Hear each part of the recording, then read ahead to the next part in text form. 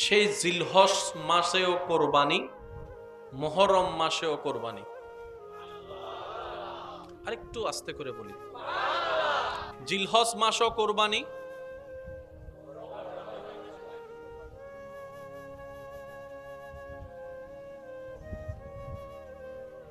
এই সিস্টেম সাজাই দিলেন কে?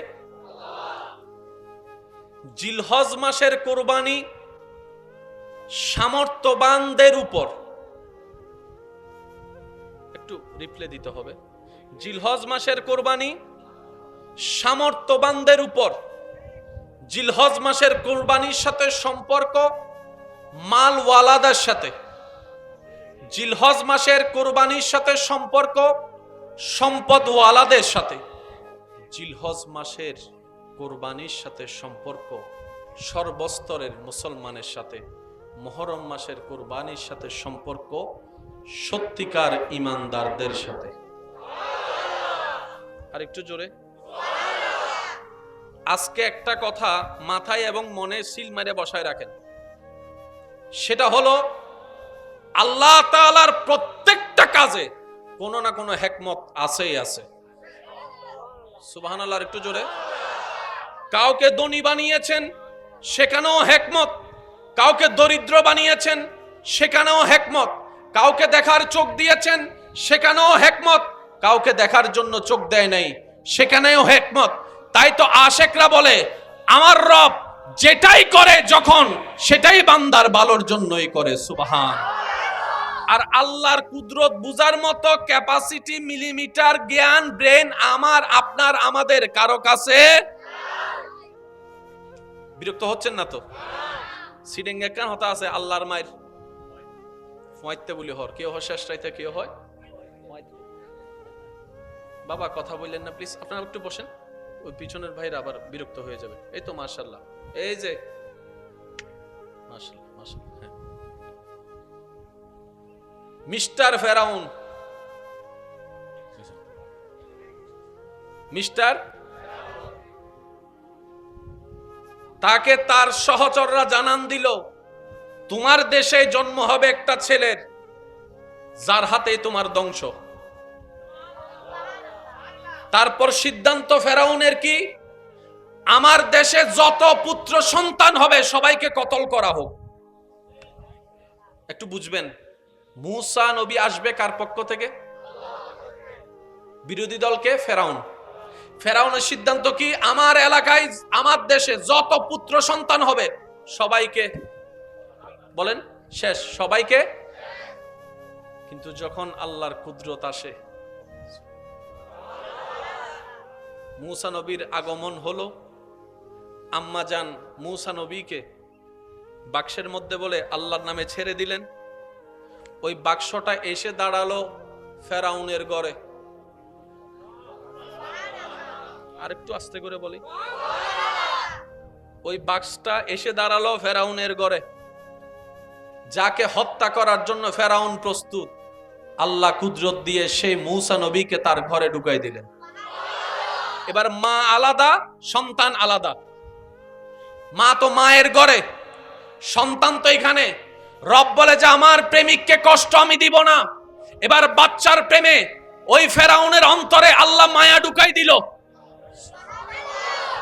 এবার বাচ্চা যখন, শিশু বাচ্চা দুধের জন্য কান্না করছে, ফেরাউন অ্যানাউন্স করলো যতগুলা মা দুগ্ধ আছে সবাইকে আনা হোক।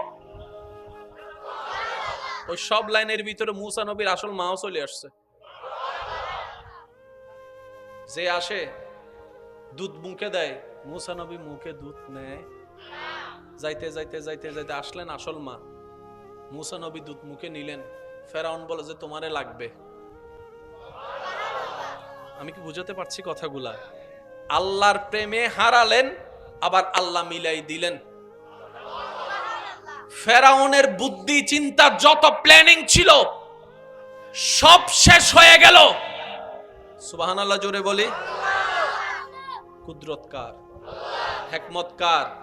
আর একটু আওয়াজ লাগবে, ইচ্ছা কার? আর ওই রবের বান্দা আমরা। সেজন্য আশিক বলে টেনশন তাদের হয় যারা রবের বান্দা হতে পারেনি, আর যারা সত্যিকার রবের বান্দা হতে পেরেছে তাদের কোনো টেনশন নাই, তাদের কোনো ডিপ্রেশন নাই, তাদের কোনো দুশ্চিন্তা নাই, তাদের পাওয়া না পাওয়ার কোনো আফসোস নাই।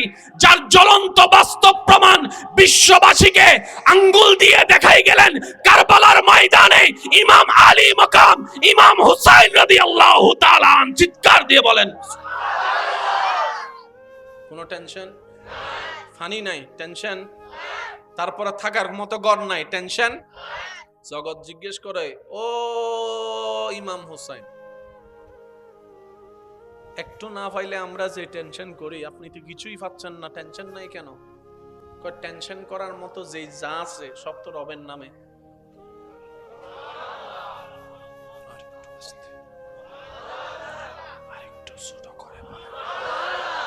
যা আছে সব তো রবের নামে লিখে। আমার বলতে তো কিছু, আমার থাকলে না টেনশন। আপনাদের এলাকায় যদি কোনো মানুষ মারা যায়, আপনারা কি একটা দোয়া একটা পড়েন নাকি? ওই 5 জন হর আর গুণ নহদ সবাই মিলে বলি, বাবা মারা গেছে, সন্তান শুনে কি পড়বে? ইন্না লিল্লাহি। স্বামীর মৃত্যুতে স্ত্রী, স্ত্রীর মৃত্যুতে স্বামী কি জানি বলে? ইন্না লিল্লাহি। এই একটা আয়াত যদি আমরা বুঝতে পারতাম, জীবনের 85% সমস্যা সমাধান হয়ে যেত। বাবার মৃত্যুতে সন্তান বলে ইন্না লিল্লাহি ওয়া ইন্না ইলাইহি রাজিউন। একটু মনোযোগ চাচ্ছি আমার সবার, অল্প সময়, বেশিক্ষণ বিরক্ত করব না। স্বামীর মৃত্যুতে স্ত্রী, স্ত্রীর মৃত্যুতে স্বামী বলে ইন্না লিল্লাহি ওয়া ইন্না ইলাইহি রাজিউন। কথা বলেন ঠিক কিনা? সন্তানের মৃত্যুতে বাবা বলে ইন্না লিল্লাহি ওয়া ইন্না ইলাইহি রাজিউন। মেয়ের মৃত্যুতে মা বলে ইন্না লিল্লাহি ওয়া ইন্না ইলাইহি রাজিউন। দাদার মৃত্যুতে নাতি বলে ইন্না লিল্লাহি ওয়া ইন্না ইলাইহি রাজিউন। এবার বলতে বলতে হঠাৎ করে একজন বান্দা ভাবনায় পড়ে গেল, এতগুলা দোয়া থাকতে এটাই কেন পড়তে হয়? এতগুলা আয়াত থাকতে এটাই কেন পড়তে হয়? ভাবনায় যখন শুরু গেল, সে যখন ভাবনার জগতে গভীরভাবে ডুব দিল, তখন সে এমন জ্ঞানের সন্ধান পেল, তার জীবনটাই পাল্টাই দিল। সেটা কি? বাবার মৃত্যুতে সন্তান ব্যতীত হওয়া, এটাই তো স্বাভাবিক। সন্তানের মৃত্যুতে বাবার কান্না করা, এটাই তো স্বাভাবিক। কিন্তু বলছে কি? ইন্না লিল্লাহি, নিশ্চয় মারা যাওয়া বাবাটা আমার নয়, আমার আল্লাহর। আমার আল্লাহর, আমার আল্লাহর। সুবহানাল্লাহ বলেন না? আমার আল্লাহর। আমার হলে আমি কান্না করব। যার টাকা হারায় সে টেনশন করে, অন্যের টাকা হারালে তো আপনি টেনশন করার প্রশ্নই আসে না, কারণ টাকাটা তো আপনার নয়। এবার সন্তানের মৃত্যুতে বাবা বলে ইন্না লিল্লাহি, নিশ্চয় আমার সন্তানটা আমার হওয়ার আগে আমার আল্লাহর হয়েছে। ওয়া ইন্না ইলাইহি রাজিউন, যার সম্পদ তার দিকে ফেরত গিয়েছে। আমার টেনশন করারও দরকার নাই, মন খারাপ করারও দরকার নাই। এবার বলেন সবকিছু কার? আওয়াজটা একদম ছোট করে বলেন, সবকিছু কার? সম্পদ কার? জমিন কার? জ্ঞান কার? দেহ কার? ব্রেন দেওয়া কার? চোখ দিয়েছেন কে? হাত দিয়েছেন কে? তাহলে সব কিছুর মালিক তা আমার আছে, সেটা কি? আল্লাহ সেটা আমাদেরকে আমানত দিয়েছেন। এবার বলেন হাত আমাদের আমানত, হাত আমাদের, শরীর আমাদের, চামড়া আমাদের, চোখ আমাদের, ভ্রু আমাদের। সেজন্যই তো নিজের শরীরের উপর আঘাত করা হারাম। বদুনে ছাকা হাইয়ে রে নমাতে কষ্ট সহ্য করতে না পারে নিজের হাতে কি মারে? এটা কি বলেন? এটা কি? কেন? আল্লাহ পাক বলে যে সম্পদ তোর নয়, সম্পদ আমার, তোকে আমানত দিয়েছি, আমানত দিয়েছি। মালিক তোকে বানায় নাই, আমানত দিয়েছি ব্যবহার করার জন্য। বলেন না সুবহানাল্লাহ? এবার যে বান্দার মনে চিন্তায় ব্রেনে সকাল সন্ধ্যায় সবকিছুতে বলে সব আমার আল্লাহর, আর একটু জোরে বলি। এবার বলেন তাদের আর কোনো টেনশন, তাদের আর কোনো দুঃখ, তাদের হারানোর ভয়, পাওয়ার লোভ। এবার এই থিওরি দিয়ে আপনি সমস্ত নবী রাসূলকে দেখেন, সমস্ত সাহাবাকে দেখেন, সমস্ত আহলে বায়তকে দেখেন, সমস্ত আল্লাহর ওলিদেরকে দেখবেন, দেখবেন একজন শাহজালাল টেনশন, একজন বান্দা নামাজ, গরিব নামাজ। আর আপনি আমি রাতে রাস্তা দিয়ে আবার সময় কর্তব্য দিলে দিয়ে দেখি দিয়ে যাইতেন না। বাস্তব না বাস্তব আপনারা বলেন না রে ভাই? পার্থক্যটা কোথায়? টেনশন হয়, মন খারাপ হয় এখান থেকে, এখান থেকে। আশা করি একটু মনোযোগ দিবেন। এখান থেকে এখান থেকে। এই দুইটা জায়গায় হচ্ছে টেনশনের কারণ, মন খারাপের কারণ, দুশ্চিন্তার কারণ। এই দুইটা জায়গার মধ্যে যারা আল্লাহর সন্তুষ্টি বসাতে পেরেছে, যার যত শক্তি আছে একবার বলেন তো সুবহানাল্লাহ। এবার বুঝতে পেরেছেন এজিদের কেন টেনশন ছিল, ইমাম হুসাইনের কেন টেনশন ছিল না? টেনশন করছে কে? এজিদে। টেনশন ছাড়া ছিল কে? ইমাম হুসাইন। বলেন না, টেনশন ছাড়া কে ছিল? ফানিও নাই, টেনশনও নেই। আমার মনে হয় আওয়াজটা আপনারা আর একটু বড় করে দিতে পারবেন, বলি সুবহানাল্লাহ। আল্লাহ আমাদেরকে সেই নিয়ামত দান করুক, ওই নিয়ামতের মালামাল হয়ে মালিক বনার তৌফিক দান করুক। রবের প্রেমে, নবীর প্রেমে জীবন উৎসর্গ করার মতো ঈমানি জজবা আল্লাহ আমাদের সবাইকে নসিব করুক। আর একটু জোরে বলেন তাহলে ইন্না লিল্লাহি। এটা কারা বলে? আল্লাহ পাক বলে আল্লাযিনা সবারু, যারা সবর করে।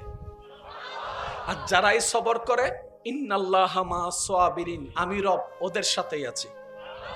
তো সবরকারী কি বলে? ইন্না লিল্লাহ বলে। আর সবরকারীর সাথে আমি আল্লাহ আছি। কাল ওই কারবালার ময়দানকে যদি ঠান্ডা মাথায় অ্যানালাইসিস করেন, ইন্না লিল্লাহি ওয়া ইন্না ইলাইহি রাজিউন শোনা গিয়েছে ইমাম হুসাইনের কাফেলা থেকে। পানি না পাওয়ার পরেও ধৈর্য ধরেছে ইমাম হুসাইন। সুবহানাল্লাহ বলি। আল্লাহ আমাদের সবাইকে একটু আমল করার তৌফিক দান করুন। কষ্ট হচ্ছে না তো ভাই আপনাদের? আর মাত্র 5 মিনিট আছে, তারপর আমি আপনাদের থেকে বিদায় নিচ্ছি। কষ্ট? হ্যাঁ, আরো আধা ঘন্টা? ও বাজিরে। আচ্ছা, এবার আসুন, আল্লাহর প্রত্যেকটা কাজে কি আছে একটু বলি না? হিকমত আছে। আল্লাহর প্রত্যেকটা কাজে কি আছে? ওলামায়ে কেরামের আমি একটু দোয়া চাচ্ছি। কারবালার ময়দানে ইমাম হুসাইন রাদিয়াল্লাহু তাআলা কি হয়েছেন? শাহাদাত। একটু বলি কি হয়েছেন? বিষ প্রয়োগের মাধ্যমে ইমাম হাসান কি হয়েছেন? শাহাদাত। নবী কিন্তু শহীদ হন নাই, নবীর আল হয়েছেন। প্রায় উলামায়ে কেরামের জবানে আপনারা শুনেছেন ইমাম হুসাইন হাসান রাদিয়াল্লাহু তাআলাকে নবীজি নিজের সন্তান বলতেন। কথা বলেন, সন্তান বলতেন। আমি সবার একটু মনোযোগ চাচ্ছি। শহীদ এটা এমন একটা মর্তবা, মর্যাদা, এটার ডেফিনিশন দেওয়ার ক্ষমতা কারো নাই। এটা হচ্ছে বেনিফিট, বেতন। বেতন কিন্তু শহীদ যারা হয়েছেন ওনারা বেতনের লোভে হয় নাই, প্রেমের কারণে হয়েছে। ওনারা বলে জানটা যদি রবের নামে দিতে পারি এর চেয়ে বড় সৌভাগ্য আমার কি হতে পারে। যিনি জান দিয়েছেন ওনার নামে তো জান কোরবান হয়েছে। এটা হচ্ছে প্রেমের ডিমান্ড। জান্নাত যেটা দিবে সেটা হচ্ছে যে প্রতিদান অথবা গিফট। এবার এই যত শহীদ হয়েছেন আমি একটু মনোযোগ চাচ্ছি। বদরে, উহুদে, খন্দকে যতজন শহীদ হয়েছেন সবাই কার কথাই অনুপ্রেরিত হয়েছেন? আর একটু জোরে। সবাই নবীর কথা শুনেই তো উৎসাহ পেয়েছেন, নবীর কথা শুনেই তো আগ্রহ পেয়েছে, নবীর কথা শুনেই তো যুদ্ধের ময়দানে গিয়েছে, নবীর কথাই শুনে তো স্পিড পেয়ে বউকে ফেলে স্বামীর যুদ্ধের ময়দানে, সন্তানকে ফেলে বাবা যুদ্ধের ময়দানে। কার কথায়? নবীর কথায়। কার কথায়? নবীর কথা। একটু জোরে বলি, কার কথায়? এই নবীর কথায় লক্ষ লক্ষ শহীদ। এবার সেই নবী বলে আল্লাহ আমার কথা শুনে তারা সবাই তোমার প্রেমে রক্ত দিয়ে দিল, আমাকে একটু দাও না। আশেকের আওয়াজ চাচ্ছি আমি। আল্লাহ আমারও তো ইচ্ছা করে তোমার নামে। আল্লাহ বলে যে ও নবী, অনর গলা মোবারক হাড়ি বুদাইলে সুরি তো পৃথিবী।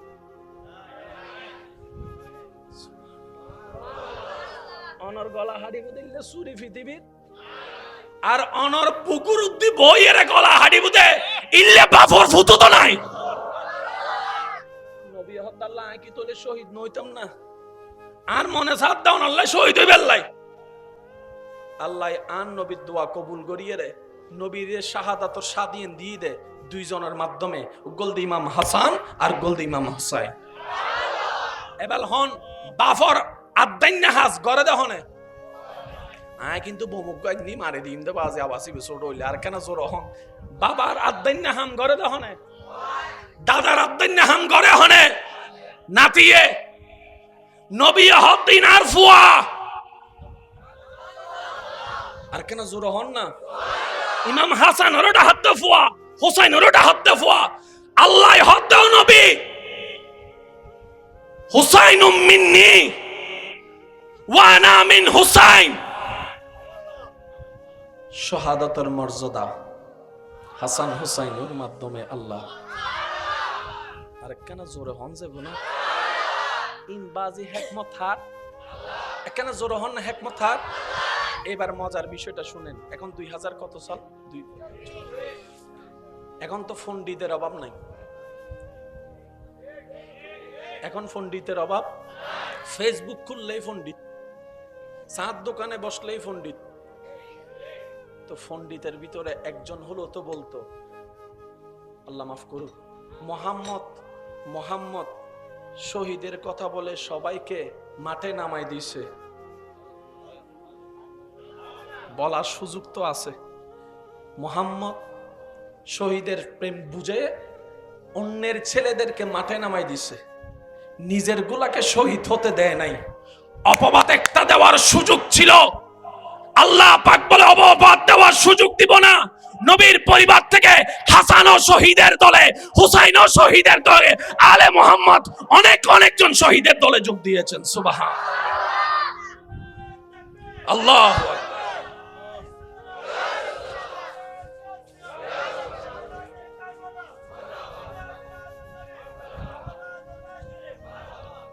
কষ্ট হচ্ছে না তো আপনাদের? আচ্ছা, ওলামায়ে কেরামের দোয়া চাচ্ছি, একটু মনোযোগ। পৃথিবীর সবচাইতে নিকৃষ্ট জিনিস, সমস্ত সম্পর্কের মাঝখানে ফাটল আসে, মহাব্বত স্বার্থপর হয়ে যায়, রক্ত বেঈমানি করে, ঠিক না?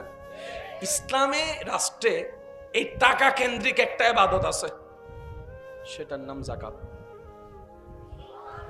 নামাজের মধ্যে কোনো টাকা ইনকাম হওয়ার কোনো সুযোগ, রোজার মধ্যে ইনকাম হওয়ার সুযোগ, হজের মধ্যে ইনকাম হওয়ার সুযোগ, দেওয়ার সুযোগ আছে, কিন্তু যাকাতের মধ্যে ইনকাম হওয়ার একটা সুযোগ।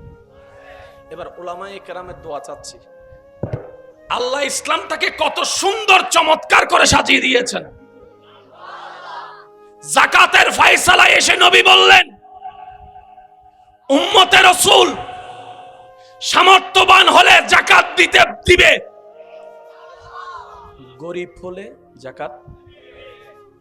আওলাদে রাসূল সামর্থ্যবান হলে যাকাত দিবে, গরিব হইয়া যদি খাবারও না পায় যাকাত নিতে পারবে।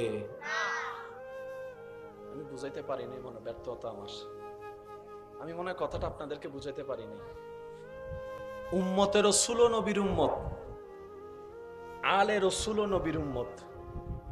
এবার নবী যদি বলতেন আমার আওলাদকে যাকাত দিও, যদি সিস্টেম এটা থাকতো, সাধারণ উম্মতে রাসূল যাকাত পাওয়ার তেমন সুযোগ থাকতো না, সবাই আওলাদে রাসূল খুঁজে খুঁজে। এক সময় মানুষ এসে আঙ্গুল তুলতো নিজের বংশধরকে চালানোর জন্য। ইসলামে যাকাতের ব্যবস্থা মুহাম্মদ করেছে, নাউযুবিল্লাহ। আল্লাহ পাক বলে যে এই সুযোগ আমি রাখবো না। উম্মতে রাসূল সামর্থ্যবান হলে যাকাত দিবে, গরিব হলে যাকাত নিবে। আওলাদে রাসূল সামর্থ্যবান হলে যাকাত দিবে, গরিব হলে যাকাত নিতে পারবে না। আর রাসূলের বিধান, না যাকাত দেওয়া যাবে না যাকাত নেওয়া যাবে। বলেন সুবহান। এখন আর আঙ্গুল তোলার সুযোগ, জোরে বলেন আঙ্গুল তোলার সুযোগ, এটার নাম ইসলাম। তাহলে ইসলামটাকে সাজালেন কে? শেষ ভালো যার সব ভালো তার আওয়াজটা দেন। ইসলামটাকে সাজালেন কে? প্ল্যানিং করলেন কে? গোছালেন কে? মানে সব কিছু করলেন আল্লাহ। কোন আল্লাহ? যার সিদ্ধান্তে বিন্দু পরিমাণ কোনো ভুল। এবার উলামায়ে কেরামের দোয়া আবারও চাচ্ছি। কোরআনুল কারীমের একটা আয়াতের দিকে আমি যাচ্ছি, সূরা বাকারার 154 নম্বর আয়াত, একটু বলতে হবে। সূরা বাকারা 154, সূরা বাকারা 154 নম্বর আয়াত। এই একটা জিনিস মনে রাখবেন। আরেকটা হচ্ছে সূরা আল ইমরান 169 নম্বর আয়াত। সূরা আল ইমরান 100, সূরা বাকারার 100, একটু সবাই বলি ভাইয়া। সূরা বাকারার 154, সূরা বাকারার 154 আর সূরা আল ইমরানের 169। এই দুইটা আয়াত মাথায় রাখবেন। আমরা মরা না জিন্দা?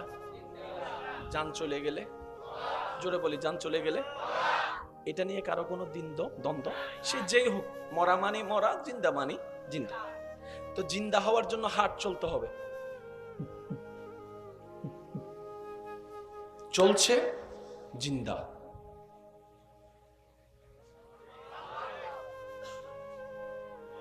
পালস চলছে জিন্দা। পালস নাই, পালস নাই, হার্টবিট নাই, চোখের কম্পন নাই, নিঃশ্বাসের আসা যাওয়া নাই, মরা। এইটা নিয়ে কারো কোনো দ্বিমত আছে? একটু জোরে বলেন, কারো কোনো দ্বিমত আছে? কল্লা কেটে গেল, মরা। কলিজা বের হয়ে গেল, মরা। মাথার মগজ বের হয়ে গেল, মরা। কিডনি দুইটা বের হয়ে গেল, মরা। রক্ত সব বের হয়ে গেল, মরা। এই মরা নিয়ে কারো কোনো দ্বিমত। কিন্তু সেই মৃত্যুটা যখন রবের প্রেমে হয়, আরেকটু জোরে বলি, আরেকটু জোরে বলি, সে মৃত্যুটা যখন রবের প্রেমে হয়, রব বলে কল্লা কেটে গেল, মরা বইল না।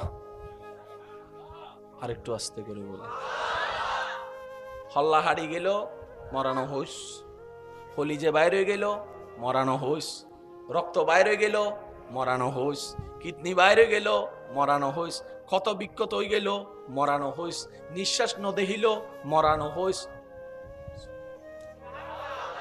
আল্লাহ মরারে মরা হইলে দোষ কি? আল্লাহর তো অবশ্যই দোষ আছে। আপনাদের মনোযোগ আছে? 5 জনের আছে, 10 জনের আছে। যাদের মনোযোগ আছে সবাই একবার বলি মারহাবা। আর একটু জোরে বলি। সূরা বাকারা, ওয়ালা তাকুলু লিমান ইউকতালু ফি সাবিলিল্লাহি আমওয়াত বাল আহইয়াউন ওয়ালাকিন লা তাশউরুন। মাদ্রাসার ভাইরা থাকলে একটু মনোযোগ দিবেন। সূরা আল ইমরান, ওয়ালা তাহসাবান্নাল্লাযীনা কুতিলু ফি সাবিলিল্লাহি আমওয়াত বাল আহইয়াউন ইনদা রাব্বিহিম। কয়টা আয়াত? কোরআনের উপর তার কোনো কথা নাই, ঠিক আছে? ফাইনাল, কোরআনেই ফাইনাল, ঠিক আছে না? আচ্ছা, আল্লাহ পাক বলছে, আমির হামজাকে যদিও দেখো শরীরে প্রাণ নাই, নিঃশ্বাস নাই, তারপরও আমার বান্দারা, তোমরা আমির হামজাকে মরা বলিও না। আর একটু জোরে বলি না। যদিও ইমাম হোসেনকে গর্দান কর্তৃত দেখো, নিঃশ্বাস না চলতো দেখো, হার্টবিট বন্ধ দেখো, তারপরও হোসাইনকে তোমরা মরা বলিও না। বলেন না সুবহানাল্লাহ। বাকারায় বলে বলিও না। এবার বলেন বলে কি দিয়ে? জোরে হন না, আরো জোরে বলেন। বলে কি দিয়ে? বলা 2 প্রকার, মনে রাখবেন। একটা মুখের বলা আর একটা মনের বলা। এটা এখন বুঝবেন। মুখে বজ্জনে হদে উড়ে ফেলায় ভালোবাসি, মুখে জিবের আড়া সিডিংয়ে বাসা থদি তেল মারাত দে। বুঝের ফানলার 5 জন সিডিংয়ে আর গুণ রোহিঙ্গে নি হনো নমাতের কাদের মুখে যেতে বেশি ফডর ফডর করে আরা কি হই দি কি মারাত দেয়? তেল মারা মানে কি? মনের সাথে মুখের কোনো মিল। তাহলে বলা 2 প্রকার, একটা মুখের বলা, একটা মনের বলা। তো আল্লাহ পাক মুখের মধ্যে তালা লাগাই বাকারায় বলছেন, আমার রাস্তায় যারা শহীদ হয়, ওয়ালা তাকুলু, তাদেরকে তোমরা মুখ দিয়ে মৃত বলিও না। আর সূরা আল ইমরানে বলে লা ওয়ালা তাহসাবান্নাল্লাযিনা কুতিলু, বলা তো দূরের কথা, মনে মনে কল্পনাও করবি না। তাহলে মুখও আল্লাহ তালা লাগাই দিলেন কি সম্পর্কে? মরা বলা যাবে না। সুবহানাল্লাহ জোরে বলি। আল্লাহ মরারে মরা হইলে দোষ কি? কত হইতা তিনি আল্লাহ মরা দিন সত্য তো ফালস নাই দইবা মরানো হইম না আল্লাহ দে হুন্দি কেনলে মসজিদ সা ইবে মসজিদা আল্লাহ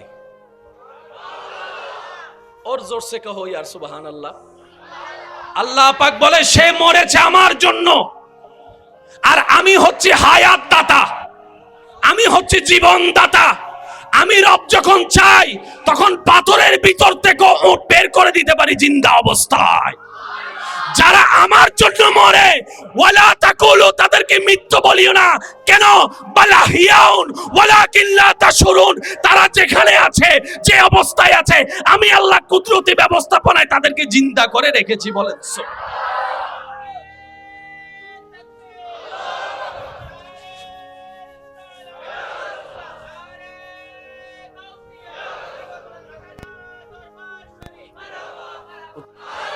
আপনাদের কোনো কষ্ট হচ্ছে না তো একটু মোহব্বতের আওয়াজে বলি মারহাবা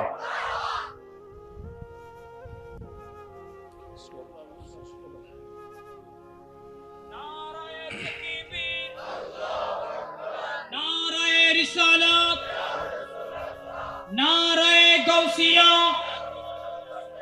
गौसुल आजम मज भंडारी अहला दरबार शरीफ बाबा जहरीर আগমন সম্মানিত উপস্থিতি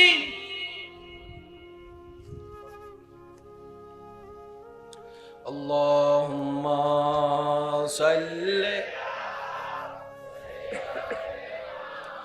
মাওলানা মুহাম্মদ ওয়া আলা আলি মাওলানা উচ্চ আওয়াজ একবার বলি মারহাবা আমি মাদ্রাসা এবং স্কুল কলেজ ভার্সিটির ভাইদের একটু মনোযোগ আকর্ষণ করছি কারণ আপনারা তো দেশেরও ভবিষ্যৎ ইসলামেরও ভবিষ্যৎ প্রত্যেকটা নাতির ভিতরে দাদার স্বপ্ন একটু জোরে বলি প্রত্যেকটা সন্তানের ভিতরে মা বাবার স্বপ্ন আর প্রত্যেকটা এই তরুণ প্রজন্মের ভিতরে দেশের স্বপ্ন লুকায়িত আছে না নাই আমি সবার একটু মনোযোগ চাচ্ছি চোখে দেখছি মরা রব বলে যে মরা বলিস না আল্লাহ বললে কি হবে আল্লাহ পাক বলে যেহেতু তুই আমার হুকুম অমান্য করেছিস তুই আমার দুশমন আমি মনে বুঝাতে পারছি না কথাটা আসলে আল্লাহ পাক বলে যে আমির হামজারে মরা বলবি না সুপ্রিম কোর্টের রায় এরপরও যদি আমি মরা বলি তাহলে আল্লাহর হুকুম ডাইরেক্ট অমান্য করলাম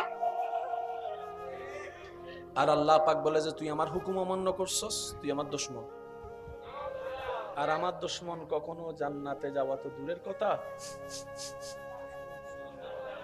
এই সিটিং এ মানে বুঝবিলি তো জান্নাতে যাওয়া তো দূরের কথা দূর থেকে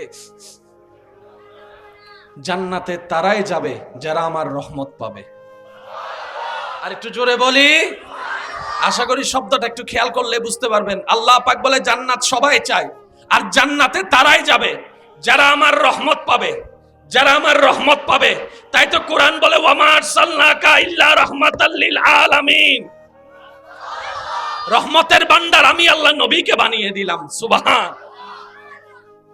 মরা বলিও মরা মনে করিও কেন আল্লাহ পাক বলে বাল আহইয়াউন তারা জিন্দা এই জায়গায় গিয়ে আমাদের কিছু প্রবলেম হয়ে যায় আর প্রবলেমটা কেন হয় আমরা সবকিছু নিজের মতো করে বুঝতে চাই আমাদের একটা বদ অভ্যাস কি আমরা সবকিছু নিজের মতো করেই বুঝতে চাই এই যার কারণে গিয়ে কোরআন হাদিসের সাথে আমাদের অনেক সময় বুঝাটা হয় এবার আসেন উলামায়ে কেরামের দোয়া নিয়ে জিনিসটা একটু বোঝার চেষ্টা করি সবাই মিলে আমার সাথে একটু বলতে হবে আল্লাহর কুদরত বলেন আওয়াজটা একটু বড় হবে আল্লাহর কুদরত জিনিসটা কি এক কথায় বুঝেন ঘটনা বাস্তব কিন্তু কেমনে হয়েছে আমরা কেউ জানি না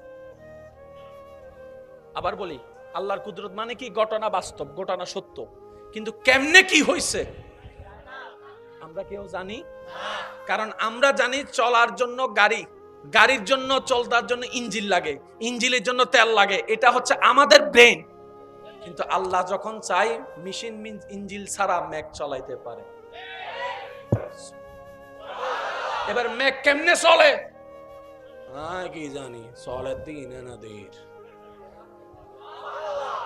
অমেক তুতুন সাক্কা আছে না মেগা হদ্দে সাক্কাই বেকি আর কেন জোর হম পরিভূত তুতুন ইঞ্জিল আছে না হদ্দে ইঞ্জিলি বেকি তো সলর কেনে হদ্দে সালন্যে সলাদ দে সলিদ দি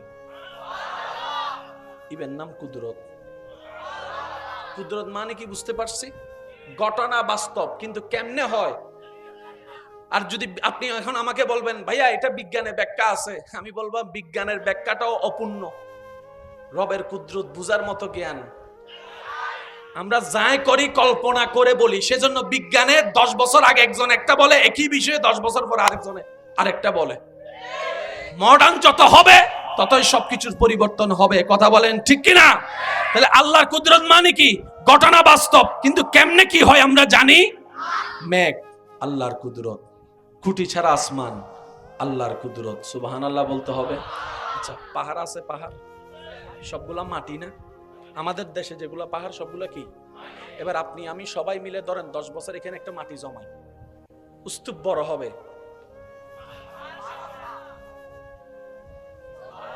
আমি কি বুঝাতে পারছি কথা? মাটি জমাইতে পারবো। এখানে যদি একটা ঘর বানাই, সব মাটি তুলে এক জায়গায় রাখবো না, দেখতে পাহাড়ের মতো লাগবে। পাহাড় আল্লাহর কুদরত, সাগর আল্লাহর কুদরত। সাগরের মধ্যে ঢেউ আছে না? প্রত্যেকটা ঢেউর মাঝখানে দেখবেন 3 সেকেন্ড 4 সেকেন্ডের একটা বিরতি থাকে। পানি ওখানে বরাবর বরাবর বরাবর বরাবর বরাবর ফারে আসার আগে automatic automatic automatic automatic automatic একজনে ডুব মারি সাত দেন। অন্য মেশিন টিশিন আছে নি চাই মেশিন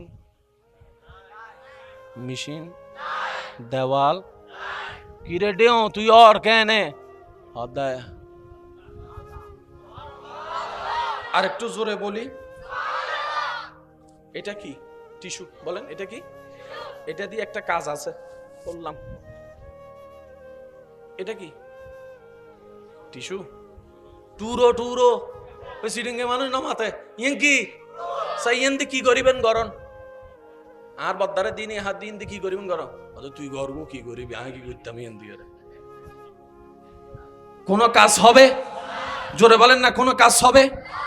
এক বিন্দু পানি দিয়ে, এক বিন্দু সিমেন্ট দিয়ে দালান করা যাবে? আওয়াজটা বড় লাগবে। দালান করা যাবে? ইট জোড়া লাগানো যাবে? এক টুকরো আপনার লোহা দিয়ে বিল্ডিং তোলা যাবে? আরো জোরে বলেন যাবে? এক ফোঁটা দুধ দিয়ে আপনার দুধের সেমাই রান্না করা যাবে? অসম্ভব, অসম্ভব, অসম্ভব। কিন্তু সেই এক ফোঁটার প্রতি যখন রব্বুল আলামিনের নজর পড়ে যায়, খুলিকা মিম্মা ইনদাফিক ইয়াখরুজু মিন বাইনিস সুলবি ওয়াত তারাইব। আমি আমার বাবার থেকে মায়ের পেটে গেলাম এক ফোঁটা পানি হয়ে, আপনি আপনার বাবার থেকে মায়ের পেটে গেলেন এক ফোঁটা পানি থেকে। ওই পানি থেকে আল্লাহ তাআলা আমাদের বডি বানাই দিল। সুবহানাল্লাহ বলতে থাকেন, সুবহানাল্লাহ সুবহানাল্লাহ। ওই এক ফোঁটা পানি থেকে মাথা হয়ে গেল, চোখ হয়ে গেল, নাক হয়ে গেল, জিহ্বা হয়ে গেল, ঠোঁট হয়ে গেল, দাঁত হয়ে গেল, বুক হয়ে গেল, কোমর হয়ে গেল, হাঁটু হয়ে গেল, পা হয়ে গেল। ওই এক ফোঁটা পানি থেকে মানবের পুরা শরীর হয়ে গেল। জগৎ বলে এক ফোঁটা পানি থেকে কিভাবে হয়? রব বলে এটাই তো আমার কুদরত। কুদরত মানে কি? সত্য। ইনারা পাইত মনো ওই আল্লাহর হাজারটা কুদরতের একটা কুদরত হচ্ছে শহীদদেরকে জিন্দা রাখা। আরেকটু আস্তে। তো এই জায়গায় জিন্দা শব্দটা আমাদের বুঝে আসে না কেন? আমরা জিন্দা মানে মনে করি অক্সিজেন লাগবে তো জিন্দে। ও মাইবে গিরে ডরাই গে আয় কি? আচ্ছা ডরন গোবম মারে দৌড়তো ডর লাগে টিউবা হঠাৎ করে। হ্যাঁ দিবে কি আশিটা বেড়াটারে কামুকুর সাম্মদি আল্লাহ কবুল করক। এই সাইডের হানিয়ে না ঠিক আছে, ইয়েন বয়রা ফানলা রিকের কি নুন ইদ্দে তাল্লাহ হইদ্দি আল্লাহ কবুল করক। সিডেঙ্গের তো আওয়াজ আছে, মেজবাইন্য গরু গুস্ত হাইন্য মানুষ না নবা আওয়াজ কি ঠান্ডা হইলে চলিব না। একবার হয়েছে মার হাবা, ওই আবার শুরু গি আর কেন জোর হ মার হাবা। যারা বিয়াটা আসনি তার একবার হন মার হাবা। যারা বিয়াতা আসনি তার একবার হন মারহাবা। আওয়াজই বড়ই বিয়াতাও মাঝখান দিয়ে ঢুকি গিয়ে দিয়া বিয়াতা ইয়ারে সাই বেগুন একবার হন মারহাবা। আরেকটু জোরে বলেন মারহাবা। আল্লাহ কবুল করুক। একটু বুঝবেন, জিন্দা থাকার জন্য অক্সিজেনের দরকার, নিঃশ্বাস নেওয়ার দরকার। এখন একটা মানুষকে যখন আমরা মাটির মধ্যে কবরে ঢুকাই দিই, আমাদের বিবেক বলে হাউ ক্যান পসিবল, কারণ অক্সিজেন তো ঢুকে। এবার একটু জিনিস বুঝেন, মায়ের পেটে কি আমরা ছিলাম না? ভাই বলেন না ছিলাম না? মরা নাকি জিন্দা? জোরে বলি, মরা না জিন্দা? নিঃশ্বাস কি নিতে পারছি? নিঃশ্বাস কি নিতে পারছি? কারণ যারা বিবাহিত তারা জানে, সন্তান যখন মায়ের পেটে থাকে, আচ্ছা তাহলে কেন শেষ হোক, তারপর আবার হইম দেন।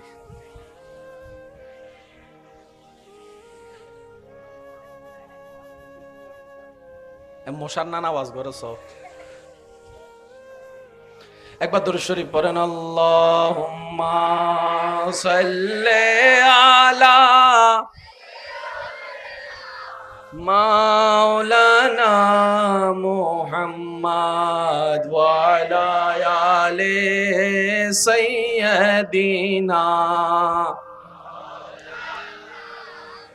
जग में जब आए मोहम्मद इस्लाम जिंदा हो गए, भूतों ने सब कलमा पढ़ा, काफिर मुसलमान हो गए। जग में जब आए মোহাম্মদ ইসলাম জিন্দা। আওয়াজটা একটু বড় দিবেন। আমরা এখন মরানা জিন্দা? মায়ের পেটে রু জগতে। তো রু জগতে কেমনে জিন্দা ছিলাম? আল্লাহর কুদরত।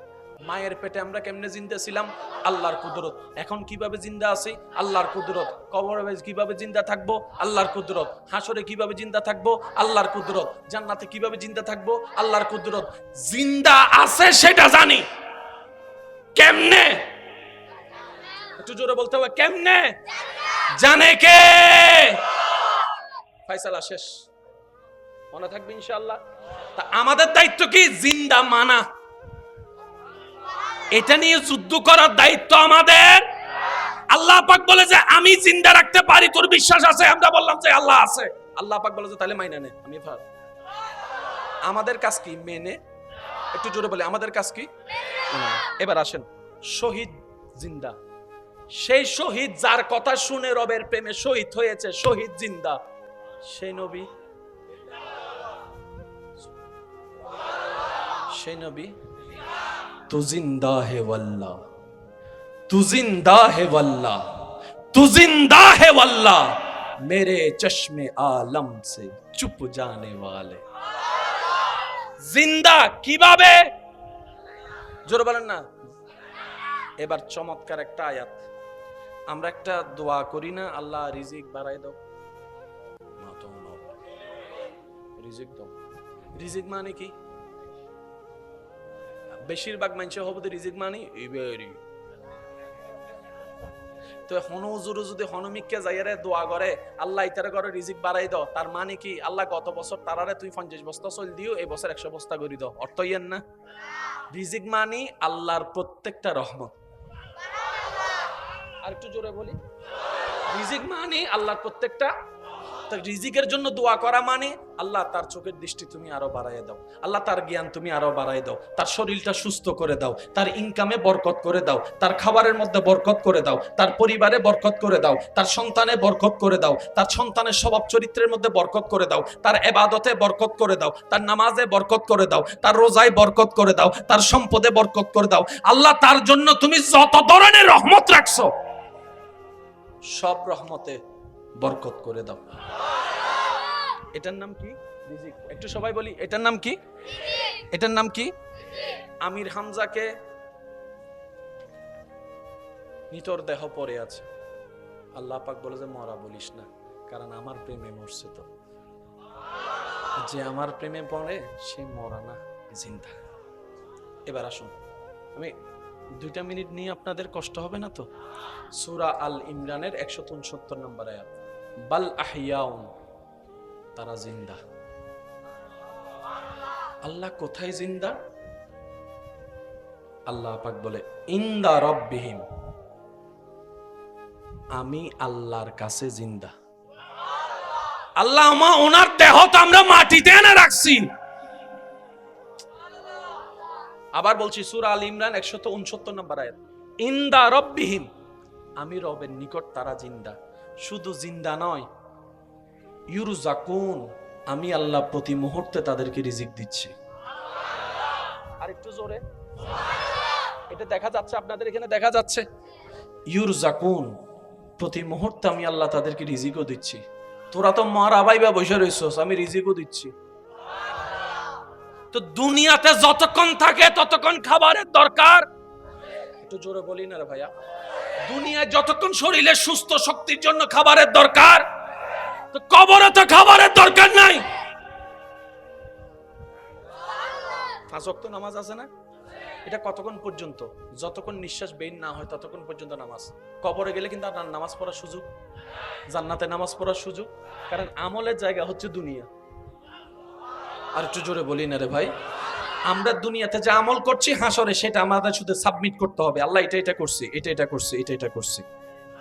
আল্লাহ পাক বলছে ইউরজাকুন, তারা যেখানে আছে আমি আল্লাহ রিজিক দিচ্ছি। আল্লাহ রিজিক কেনে আই তো বুঝির আল্লাহ হদ্দে আর কুদরত বিশ্বাস করস না, আল্লাহ গরিত হদতলি মানিল। বেশি গাইটু ন যাইস সিরিঙ্গা হতা বুঝিত পাইলে কেন মজা হইতো দেরি। ওরা বেশি গাড়া গাড়ি ন করিস, জিয়েন্দররি এন যাইবো, নিজু সালাও যাইবো, আমও যাইবো, সালাও যাইবো। বেগদিনত নাগনু ঢুকাইস সিরিঙ্গা হতা কি হদে হতে জিও তো নাগনু ঢুকাইস না খাড়া যাবো হই একজনে জিও তুই নাগনু ঢুকাইস, নাক ঢুকাইলে কি যাবো? এতাল্লাই হদে মুসলমান কিল্লে হয় আমান্তু, কোন কারণ ছাড়াই মেনে নিলাম। মুসলমান কিভাবে হয়? ইমান কিভাবে? আমান্তু, তার মানে কি? কোনো প্রশ্ন নাই, দাড়ি নাই, কমা নাই। আল্লাহ তুমি বলছো, নবী বলছে, কোনো প্রশ্ন নাই, আমান্তু, মেনে নিলাম। তুমি বলেছো নবী জিবরাইল আছে, আমরা আমান্তু, মেনে নিলাম। সুবহানাল্লাহ, একটু বড় জোর, আরেকটু জোরে। নবী আপনি বলেছেন জিবরাইল আছে, না দেখে আমান্তু, মেনে নিলাম। ইসরাফিল, মিকাইল, আজরাইলের কথা বলেছেন, আমান্তু, মেনে নিলাম। পুলসিরাতের কথা বলেছেন, শুনেছি চুলের চাইতে চিকন, কুরের চাইতে দার। আমাদের পা কিভাবে পুলসিরাতে ডাকবে? ব্রেন বলে অসম্ভব, কিন্তু মুসলমান আমরা আমান্তু, মেনে নিলাম। আরেকটু জোরে বলি, নারায়ে তাকবীর, নারায়ে রিসালাত, নারায়ে গাউসিয়া, আল্লাহ দরবার শরীফ। সেই জিলহজ মাসেও কোরবানি, মুহররম মাসেও কোরবানি। আরেকটু আস্তে করে বলি, জিলহজ মাসেও কোরবানি,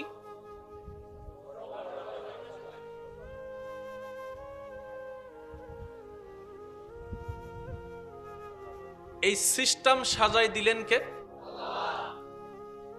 জিলহজ মাসের কোরবানি সামর্থ্যবানদের উপর, একটু রিপ্লে দিতে হবে। জিলহজ মাসের কোরবানি সামর্থ্যবানদের উপর। জিলহজ মাসের কোরবানির সাথে সম্পর্ক মালওয়ালাদের সাথে। জিলহজ মাসের কোরবানির সাথে সম্পর্ক সম্পদওয়ালাদের সাথে। জিলহজ মাসের কোরবানির সাথে সম্পর্ক সর্বস্তরের মুসলমানের সাথে। মুহররম মাসের কোরবানির সাথে সম্পর্ক সত্যিকার ইমানদারদের সাথে। আর একটু জোরে। আজকে একটা কথা মাথায় এবং মনে সিল মেরে বসায় রাখেন, সেটা হলো আল্লাহ তাআলার প্রত্যেকটা কাজে কোনো না কোনো হিকমত আছেই আছে। সুবহানাল্লাহ, একটু জোরে। কাউকে ধনী বানিয়েছেন, সেখানেও হিকমত। কাউকে দরিদ্র বানিয়েছেন, সেখানেও হিকমত। কাউকে দেখার চোখ দিয়েছেন, সেখানেও হিকমত। কাউকে দেখার জন্য চোখ দেয় নাই, সেখানেও হিকমত। তাই তো আশিকরা বলে আমার রব যেটাই করে যখন, সেটাই বান্দার ভালোর জন্যই করে। সুবহান। আর আল্লাহর কুদরত বুঝার মতো ক্যাপাসিটি, মিলিমিটার জ্ঞান, ব্রেন আমার, আপনার, আমাদের কারো কাছে। বিরক্ত হচ্ছেন না তো? সিডেঙ্গে কেন হতা আছে আল্লাহর মায়ের ফোয়াইতে বলি হর কেউ হয় শেষ রাইতে, কেউ হয় বাবা। কথা বললেন না প্লিজ, আপনারা একটু বসেন, ওই পিছনের ভাইরা আবার বিরক্ত হয়ে যাবে। এই তো মাশাআল্লাহ, এই যে মাশাআল্লাহ মাশাআল্লাহ। হ্যাঁ, মিস্টার ফেরাউন, মিস্টার, তাকে তার সহচররা জানান দিল তোমার দেশে জন্ম হবে একটা ছেলের যার হাতে তোমার ধ্বংস। তারপর সিদ্ধান্ত ফেরাউনের কি, আমার দেশে যত পুত্র সন্তান হবে সবাইকে কতল করা হোক। একটু বুঝবেন, মূসা নবী আসবে কার পক্ষ থেকে? বিরোধী দলকে, ফেরাউন। ফেরাউনের সিদ্ধান্ত কি, আমার এলাকায় আমার দেশে যত পুত্র সন্তান হবে সবাইকে বলেন শেষ, সবাইকে। কিন্তু যখন আল্লাহর কুদরত আসে, মূসা নবীর আগমন হলো, আম্মা জান মূসা নবীকে বাক্সের মধ্যে বলে আল্লাহর নামে ছেড়ে দিলেন। ওই বাক্সটা এসে দাঁড়ালো ফেরাউনের ঘরে। আরেকটু আস্তে করে বলি, ওই বাক্সটা এসে দাঁড়ালো ফেরাউনের ঘরে। যাকে হত্যা করার জন্য ফেরাউন প্রস্তুত, আল্লাহ কুদরত দিয়ে সেই মূসা নবীকে তার ঘরে ঢুকাই দিলেন। এবার মা আলাদা, সন্তান আলাদা। মা তো মায়ের ঘরে, সন্তান তো এখানে। রব বলে যে আমার প্রেমিককে কষ্ট আমি দিব না। এবার বাচ্চার প্রেমে ওই ফেরাউনের অন্তরে আল্লাহ মায়া ঢুকাই দিল। এবার বাচ্চা যখন, শিশু বাচ্চা দুধের জন্য কান্না করছে, ফেরাউন অ্যানাউন্স করলো যতগুলা মা দুগ্ধ আছে সবাইকে আনা হোক। ওই সব লাইনের ভিতরে মূসা নবীর আসল মাও চলে আসছে। যে আসে দুধ মুখে দেয়, মূসা নবী মুখে দুধ নেয়। যাইতে যাইতে যাইতে যাইতে আসলেন আসল মা। মূসা নবী দুধ মুখে নিলেন। ফেরাউন বলে যে তোমারে লাগবে। আমি কি বুঝাতে পারছি কথাগুলা? আল্লাহর প্রেমে হারালেন, আবার আল্লাহ মিলাই দিলেন। ফেরাউনের বুদ্ধি চিন্তা যত প্ল্যানিং ছিল সব শেষ হয়ে গেল। সুবহানাল্লাহ জোরে বলি। কুদরত কার? হিকমত কার? আর একটু আওয়াজ লাগবে, ইচ্ছা কার? আর ওই রবের বান্দা আমরা। সেজন্য আশেক বলে টেনশন তাদের হয় যারা রবের বান্দা হতে পারেনি, আর যারা সত্যিকার রবের বান্দা হতে পেরেছে তাদের কোনো টেনশন নাই, তাদের কোনো ডিপ্রেশন নাই, তাদের কোনো দুশ্চিন্তা নাই, তাদের পাওয়া না পাওয়ার কোনো আফসোস নাই। যার জ্বলন্ত বাস্তব প্রমাণ বিশ্ববাসীকে আঙ্গুল দিয়ে দেখাই গেলেন কারবালার ময়দানে ইমাম আলী মাকাম ইমাম হুসাইন রাদিয়াল্লাহু তাআলা। চিৎকার দিয়ে বলেন কোনো টেনশন ফানি নাই, টেনশন। তারপরে থাকার মতো ঘর নাই, টেনশন। জগৎ জিজ্ঞেস করে, ও ইমাম হুসাইন, একটু না পাইলে আমরা যে টেনশন করি, আপনি তো কিছুই পাচ্ছেন না, টেনশন নাই কেন? টেনশন করার মতো যে যা আছে সব তো রবের নামে।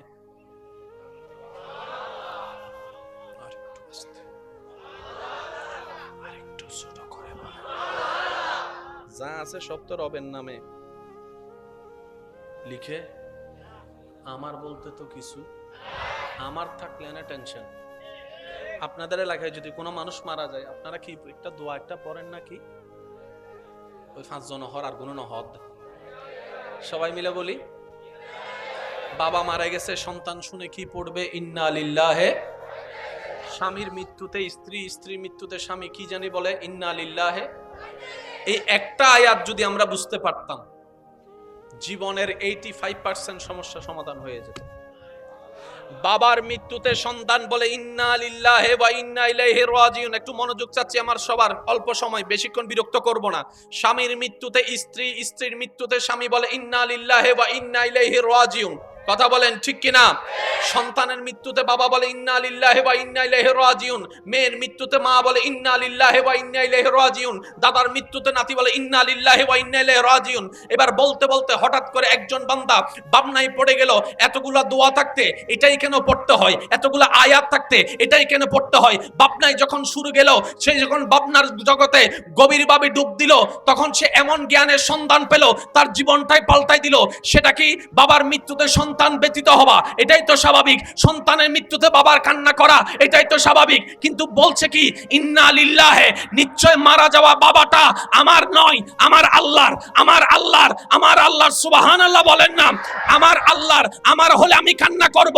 যার টাকা হারাই সে টেনশন করে, অন্যের টাকা হারালে তো আপনি টেনশন করার প্রশ্নই আসে না, কারণ টাকাটা তো আপনার নয়। এবার সন্তানের মৃত্যুতে বাবা বলে ইন্না লিল্লাহি, নিশ্চয় আমার সন্তানটা আমার হওয়ার আগে আমার আল্লাহর হয়েছে, ওয়া ইন্না ইলাইহি রাজিউন, যার সম্পদ তার দিকে ফেরত গিয়েছে।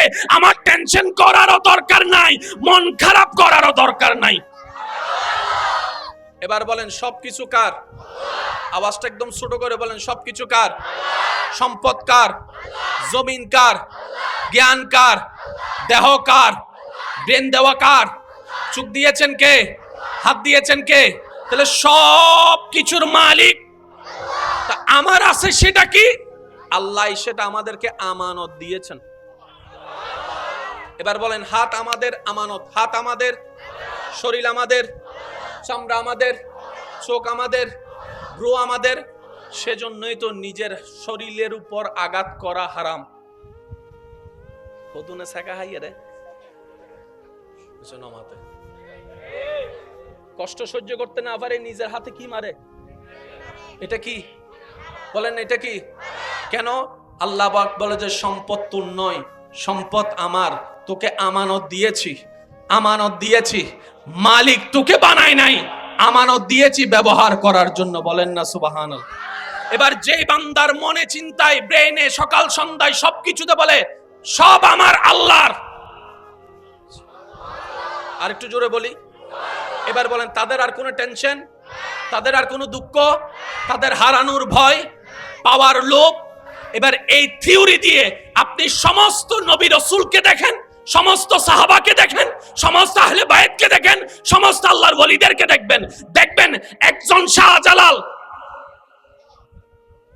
টেনশন, একজন বান্দা নামাজ, গরিবে নামাজ। আর আপনি আমি রাতে রাস্তা দিয়ে এবার সময় কর্তব্য দিলে দিয়ে দেখি দিয়ে যাইতেন না। বাস্তব না বাস্তব আপনারা বলেন না রে ভাই? পার্থক্যটা কোথায়? টেনশন হয়, মন খারাপ হয় এখান থেকে, এখান থেকে। আশা করি একটু মনোযোগ দিবেন। এখান থেকে, এখান থেকে, এই দুইটা জায়গায় হচ্ছে টেনশনের কারণ, মন খারাপের কারণ, দুশ্চিন্তার কারণ। এই দুইটা জায়গার মধ্যে যারা আল্লাহর সন্তুষ্টি বসাতে পেরেছে, যার যত শক্তি আছে একবার বলেন তো সুবহানাল্লাহ। এবার বুঝতে পেরেছেন এজিদের কেন টেনশন ছিল, ইমাম হুসাইনের কেন টেনশন ছিল না? টেনশন করছে কে? এজিদে। টেনশন ছাড়া ছিল কে? ইমাম হুসাইন। বলেন না টেনশন ছাড়া কে ছিল? ফানিও নাই, টেনশনও নেই।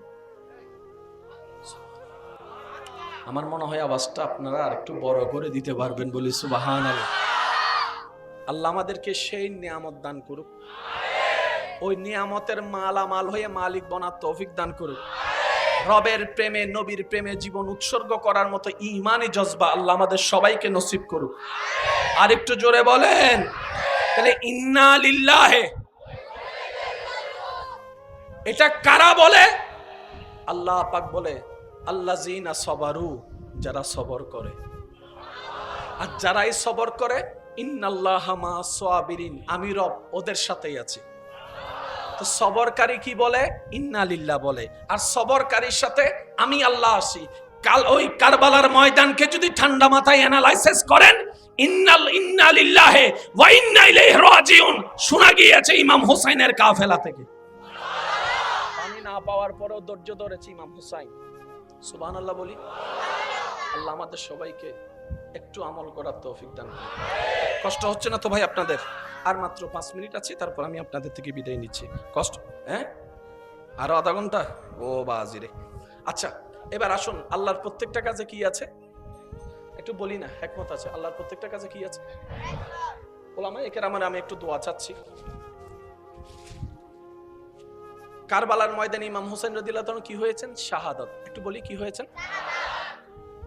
বিষ প্রয়োগের মাধ্যমে ইমাম হাসান কি হয়েছেন? শাহাদাত। নবী কিন্তু শহীদ হন নাই, নবীর আল হয়েছেন।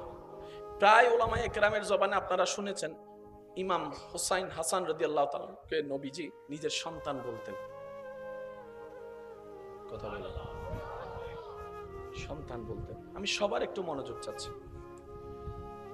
শহীদ এটা এমন একটা মর্তবা, মর্যাদা, এটার ডেফিনিশন দেওয়ার ক্ষমতা কারো নাই। এটা হচ্ছে বেনিফিট, বেতন বেতন। কিন্তু শহীদ যারা হয়েছেন ওনারা বেতনের লোভে হয় নাই, প্রেমের কারণে হয়েছেন। ওনারা বলে জানটা যদি রবের নামে দিতে পারি এর চেয়ে বড় সৌভাগ্য আমার কি হতে পারে। যিনি জান দিয়েছেন ওনার নামে তো জান কোরবান হয়েছে। এটা হচ্ছে প্রেমের ডিমান্ড।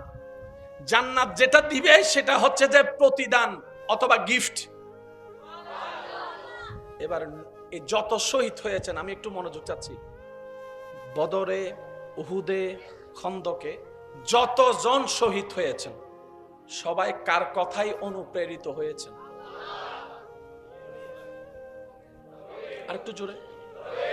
সবাই নবীর কথা শুনেই তো উৎসাহ পেয়েছে, নবীর কথা শুনেই তো আগ্রহ পেয়েছে, নবীর কথা শুনেই তো যুদ্ধের ময়দানে গিয়েছে, নবীর কথাই শুনে তো স্পিড পেয়ে বউকে ফেলে স্বামী যুদ্ধের ময়দানে, সন্তানকে ফেলে বাবা যুদ্ধের ময়দানে।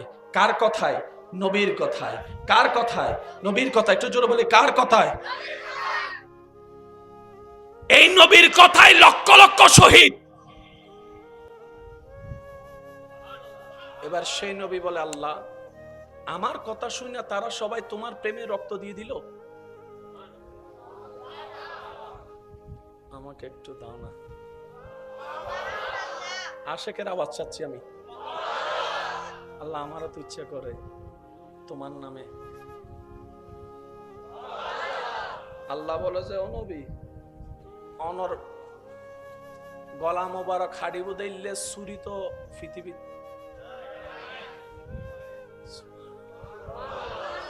অনর গলা হাড়ি বুদাইলে চুরি পৃথিবীর, আর অনর পুকুর উদ্দি বইয়ের গলা হাড়ি বুদে ইল্লে বাফর ফুতো তো নাই। নবী হদ্দাল্লাহ আকি তোলে শহীদ নইতাম না, আর মনে সাথ দাও আল্লাহ শহীদ হই বেল্লাই।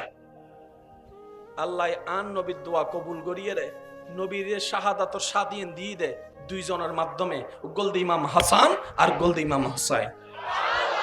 এবার হন বাফর আদাইন্না হাস গরে দেখনে আয় কিন্তু বমুক নি মারে দিম দে বাজে আবাসি বিসোড হইলে আর কেন জোর হন। বাবার আদাইন্না হাম গরে দেখনে, দাদার আদাইন্না হাম গরে হনে, নাতিয়ে নবী হদ্দিন আর ফুয়া আর কেন জোর হন না। ইমাম হাসান ওরটা হাত ফুয়া, হুসাইন ওরটা হাত ফুয়া। আল্লাহ হদ নবী হুসাইনুম মিন্নি ওয়া আনা মিন হুসাইন। শাহাদাতের মর্যাদা হাসান হুসাইনের মাধ্যমে আল্লাহ। আর কেন জোরে হন যে গুনা ইন বাজি হিকমত হার, কেন জোরে হন না হিকমত হার। এবার মজার বিষয়টা শুনেন। এখন 2000 কত সাল? এখন তো পণ্ডিতের অভাব নাই, এখন পণ্ডিতের অভাব।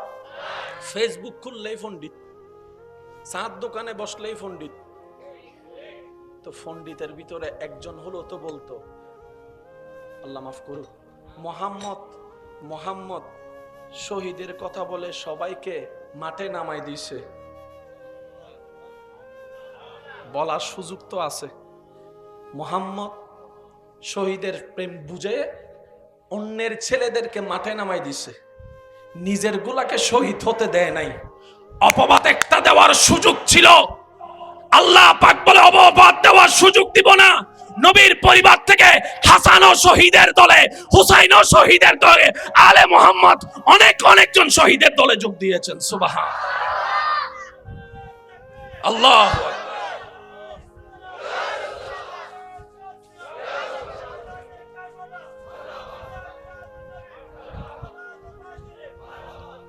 কষ্ট হচ্ছে না তো আপনাদের? আচ্ছা, ওলামায়ে কেরামের দোয়া চাচ্ছি, একটু মনোযোগ। পৃথিবীর সবচাইতে নিকৃষ্ট জিনিস, সমস্ত সম্পর্কের মাঝখানে ফাটল আসে, মহাব্বত স্বার্থপর হয়ে যায়, রক্ত বেঈমানি করে, ঠিক না? ইসলামে রাষ্ট্রে এই টাকা কেন্দ্রিক একটা ইবাদত আছে, সেটার নাম যাকাত। নামাজের মধ্যে কোনো টাকা ইনকাম হওয়ার কোনো সুযোগ, রোজার মধ্যে ইনকাম হওয়ার সুযোগ, হজের মধ্যে ইনকাম হওয়ার সুযোগ, দেওয়ার সুযোগ আছে, কিন্তু যাকাতের মধ্যে ইনকাম হওয়ার একটা সুযোগ। এবার উলামায়ে কেরামের দোয়া চাচ্ছি, আল্লাহ ইসলামটাকে কত সুন্দর চমৎকার করে সাজিয়ে দিয়েছেন। যাকাতের ফয়সালা এসে নবী বললেন, উম্মতে রাসূল সামর্থ্যবান হলে যাকাত দিবে, গরিব হলে যাকাত। আওলাদে রাসূল সামর্থ্যবান হলে যাকাত দিবে, গরিব হইয়া যদি খাবারও না পায় যাকাত নিতে পারবে। আমি বুঝাইতে পারিনি, মনে ব্যর্থতা আমার। আমি মনে হয় কথাটা আপনাদেরকে বুঝাইতে পারিনি। উম্মতে রাসূল ও নবীর উম্মত, আলে রাসূল ও নবীর উম্মত। এবার নবী যদি বলতেন আমার আওলাদকে যাকাত দিও, যদি সিস্টেম এটা থাকতো, সাধারণ উম্মতে রাসূল যাকাত পাওয়ার তেমন সুযোগ থাকতো না, সবাই আওলাদে রাসূল খুঁজে খুঁজে। এক সময় মানুষ এসে আঙ্গুল তুলতো নিজের বংশধরকে চালানোর জন্য। ইসলামে যাকাতের ব্যবস্থা মুহাম্মদ করেছেন, নাউযুবিল্লাহ। আল্লাহ পাক বলে যে এই সুযোগ আমি রাখবো না।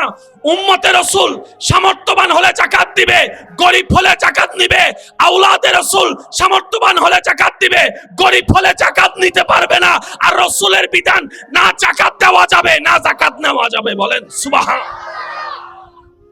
এখন আর আঙ্গুল তোলার সুযোগ, জোরে বলেন আঙ্গুল তোলার সুযোগ, এটার নাম ইসলাম। তাহলে ইসলামটাকে সাজালেন কে? শেষ ভালো যার সব ভালো তার আওয়াজটা দেন। ইসলামটাকে সাজালেন কে? প্ল্যানিং করলেন কে?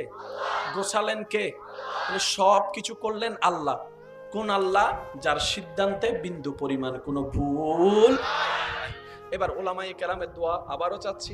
কোরআনুল কারীমের একটা আয়াতের দিকে আমি যাচ্ছি, সূরা বাকারার 154 নম্বর আয়াত। একটু বলতে হবে, সূরা বাকারা 154, সূরা বাকারা 154 নম্বর আয়াত। এই একটা জিনিস মনে রাখবেন। আরেকটা হচ্ছে সূরা আল ইমরান 169 নম্বর আয়াত।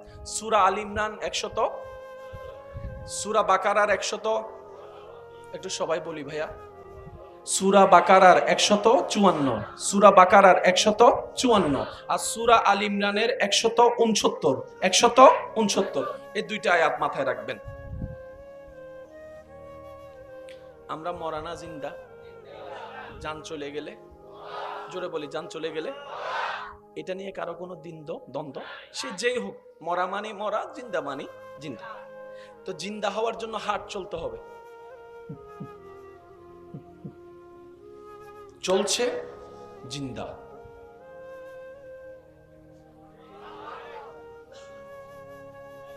পালস চলছে জিন্দা।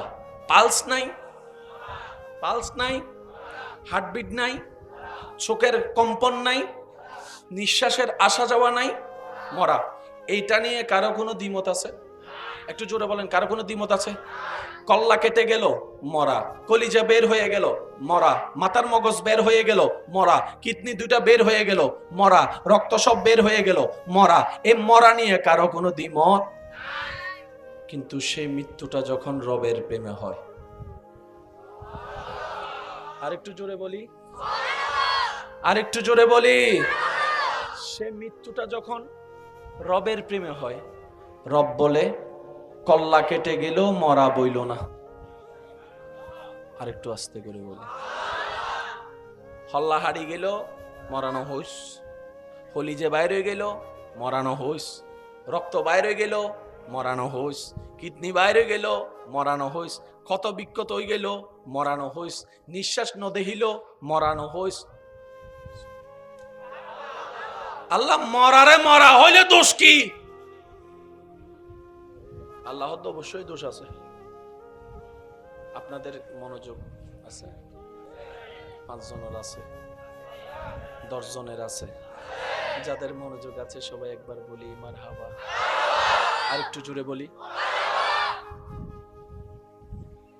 সূরা বাকারা, ওয়ালা তাকুলু লিমান ইউকতালু ফি সাবিলিল্লাহি আমওয়াত বাল আহইয়াউন ওয়ালাকিন লা তাশউরুন। মাদ্রাসার ভাইরা থাকলে একটু মনোযোগ দিবেন। সূরা আল ইমরান, ওয়ালা তাহসাবান্নাল্লাযীনা কুতিলু ফি সাবিলিল্লাহি আমওয়াত বাল আহইয়াউন ইনদা রাব্বিহিম। কয়টা আয়াত? কোরআনের উপর তার কোনো কথা নাই, ঠিক আছে? ফাইনাল, কোরআনেই ফাইনাল, ঠিক আছে না? আচ্ছা, আল্লাহ পাক বলছে আমির হামজাকে যদিও দেখো শরীরে প্রাণ নাই, নিঃশ্বাস নাই, তারপরও আমার বান্দারা তোমরা আমির হামজাকে মরা বলিও না। আর একটু জোরে বলি না। যদিও ইমাম হোসেনকে গর্দান কর্তৃত দেখো, নিঃশ্বাস না চলতো দেখো, হার্টবিট বন্ধ দেখো, তারপরও হোসাইনকে তোমরা মরা বলিও না। বলেন না সুবহানাল্লাহ। বাকারায় বলে বলিও না। এবার বলেন বলে কি দিয়ে? জোরে হন না, আরো জোরে বলেন। বলে কি দিয়ে? বলা 2 প্রকার, মনে রাখবেন। একটা মুখের বলা আর একটা মনের বলা। এটা এখন বুঝবেন। মুখে বজ্জনে হদে উড়ে বেলায় ভালোবাসি, মুখে জিবের আড়া সিডিংয়ে বাসা থই তেল মারাত দে বুঝার ফানলার 5 জন সিডিংয়ে আর গুণ রোহিঙ্গে নি হনো নমাতের কাদের মুখে যেতে বেশি ফডর ফডর করে আরা কি হই দি ইবে কি মারাত দেয়? তেল মারা মানে কি? মনের সাথে মুখের কোনো মিল। তাহলে বলা 2 প্রকার, একটা মুখের বলা, একটা মনের বলা। তো আল্লাহ পাক মুখের মধ্যে তালা লাগায় বাকারায় বলছেন আমার রাস্তায় যারা শহীদ হয় ওয়ালা তাকুলু, তাদেরকে তোমরা মুখ দিয়ে মৃত বলিও না। আর সূরা আল ইমরানে বলে লা ওয়ালা তাহসাবান্নাল্লাযিনা কুতিলু, বলা তো দূরের কথা, মনে মনে কল্পনাও করবি না। তাহলে মুখও আল্লাহ তালা লাগাই দিলেন কি সম্পর্কে? মরা বলা যাবে না। সুবহানাল্লাহ জোরে বলি। আল্লাহ মরারে মরা হইলে দোষ কি? কত হইতা তিনি আল্লাহ মরা দিন সত্য তো ফালস নাই দইবা মরানো হইম না। আল্লাহ দে হুন্দি কেনলে মজিয়েন সা ইবে মসজিদে আল্লাহ ওর জোরসে কহো ইয়ার সুবহানাল্লাহ। আল্লাহ পাক বলে সে মরেছে আমার জন্য, আর আমি হচ্ছি হায়াত দাতা, আমি হচ্ছি জীবন দাতা। আমি রব যখন চাই তখন পাথরের ভিতর থেকে উট বের করে দিতে পারি জিন্দা অবস্থায়। যারা আমার জন্য মরে ওয়ালা তাকুলু, তাদেরকে মৃত্যু বলিও না। কেন? বালাহিয়াউন ওয়ালাকিন লা তাশউরুন, তারা যেখানে আছে, যে অবস্থায় আছে, আমি আল্লাহ কুদরতি ব্যবস্থাপনায় তাদেরকে জিন্দা করে রেখেছি। বলেন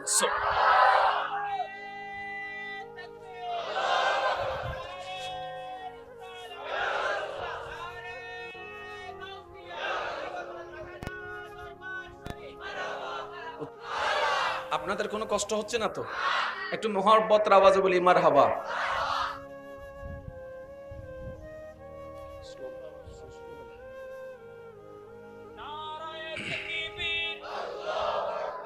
नाराए रिसालत, नाराए गौसिया,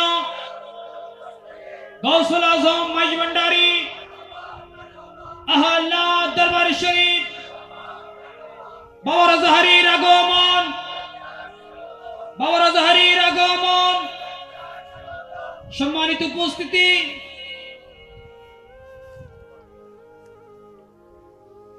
আল্লাহুম্মা সাল্লি মাওলানা মুহাম্মদ ওয়া আলা আলি মাওলানা। উচ্চ আওয়াজ একবার বলি মারহাবা। আমি মাদ্রাসা এবং স্কুল কলেজ ভার্সিটির ভাইদের একটু মনোযোগ আকর্ষণ করছি, কারণ আপনারা তো দেশেরও ভবিষ্যৎ, ইসলামেরও ভবিষ্যৎ। প্রত্যেকটা নাতির ভিতরে দাদার স্বপ্ন। একটু জোরে বলি, প্রত্যেকটা সন্তানের ভিতরে মা বাবার স্বপ্ন। আর প্রত্যেকটা এই তরুণ প্রজন্মের ভিতরে দেশের স্বপ্ন লুকায়িত আছে না নাই? আমি সবার একটু মনোযোগ চাচ্ছি। চোখে দেখছি মরা, রব বলে যে মরা বলিস না। আল্লাহ বললে কি হবে? আল্লাহ পাক বলে যেহেতু তুই আমার হুকুম অমান্য করেছিস, তুই আমার দুশমন। আমি মনে বুঝাতে পারছি না কথাটা আসলে। আল্লাহ পাক বলে যে আমির হামজারে মরা বলবি না, সুপ্রিম কোর্টের রায়।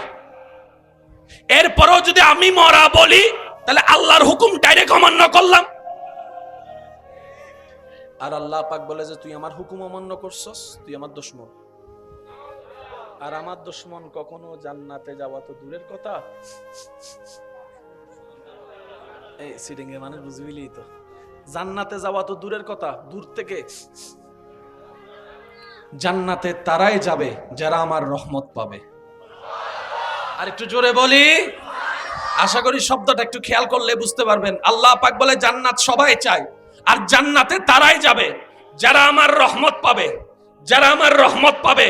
তাই তো কোরআন বলে ওয়ামা আরসালনাকা ইল্লা রাহমাতাল লিল আলামিন।